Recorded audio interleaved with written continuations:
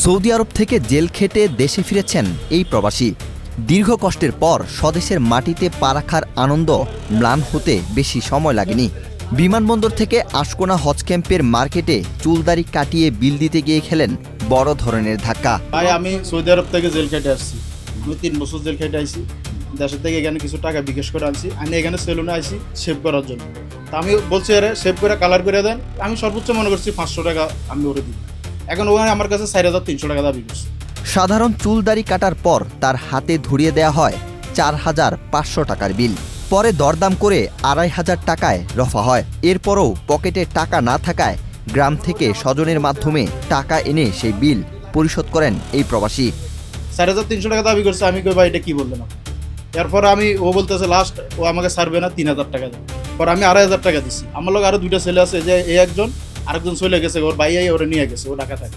তো এর থেকে কত টাকা নিচে জিজ্ঞেস করে, ওর শুধু চুল কাটছে আর শেভ করছে। 2500 টাকা সার্ভিস আপনি কি পেয়েছিলেন? RICL TMX, যুগের পর যুগ স্থাপনা থাকে মজবুত। আমাকে শুধু শেভ করছে আর হলো কালার করছে, এই যে কালার ফেশিয়াল করছে। আর কি ফেশিয়াল কি এটা তো আমি বুঝি না, আমি জানি যে শেভের পর এটা ইয়া করে পেস্ট করে দেয়। এটা সব জন্য আমরা আজকে এত বছরে আমরা শেভ করি, সবসময় ফেশিয়াল এরা করে, এটা আমরা কোয়া লাগে না। হয়তো আমরা গ্রাম অঞ্চলে 200-300 টাকা দিই, সৌদি আরবে শেভ করলে হয়তো আমরা 20 টাকা 30 টাকা দিই। এখানে আমি সর্বোচ্চ মনে হচ্ছে হয়তো 500 টাকা নিবো আমার থেকে, বা আমি আরো 200-100 টাকা দিব। উনি আমাকে বলতেছে 4300 টাকা। আমি বাংলাদেশের থেকে টাকা বিকাশ করে আনছি 5000। এখানে আপনার খাওয়া দাওয়া করছি, গেছে 1-2000 টাকা। আবার এখন উনি আমার কাছে 3000 টাকা লাস্ট দাবি করছে। আর আমি ওরা 2500 টাকা দিয়া আমি এখানে আপনাদের। অপ্রত্যাশিত এমন ঘটনায় ক্ষুব্ধ হয়ে পুলিশের কাছে অভিযোগ করেন ওই প্রবাসী। এরপর এই সেলুনে হাজির হন পুলিশ ও গণমাধ্যম কর্মীরা। সরেজমিনে প্রমাণ মিলে এখানে নিম্নমানের পণ্য ও সেবা দিয়েও গ্রাহকদের জিম্মি করে হাতিয়ে নেওয়া হয় হাজার টাকা। 80 টাকা তো ধরেন, 180 টাকা ধরেন, 200 টাকা, 300 টাকা ধরেন। এটা লোক তো আরো 4 টাকা।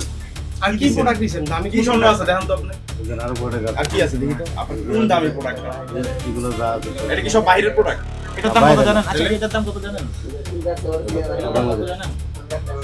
এটার দাম কত জানেন? হ্যাঁ, কত জানেন তো আপনি?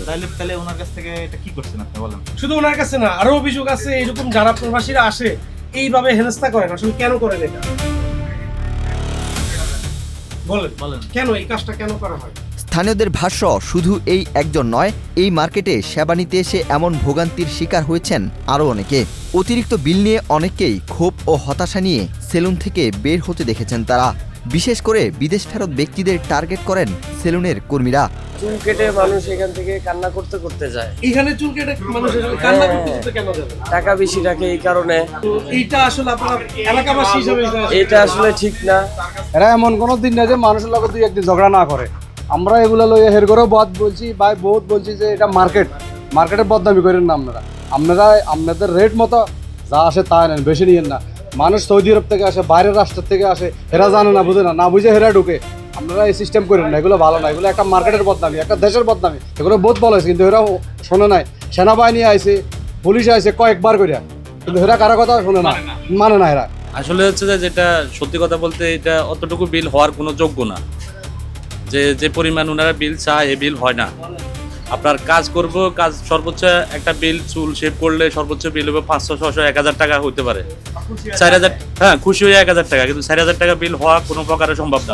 প্রবাসীদের কষ্টার্জিত অর্থ নিয়ে এমন গলাকাটা বাণিজ্য বন্ধে প্রশাসনের কঠোর নজরদারি জরুরি বলে মনে করছেন ভুক্তভোগীরা।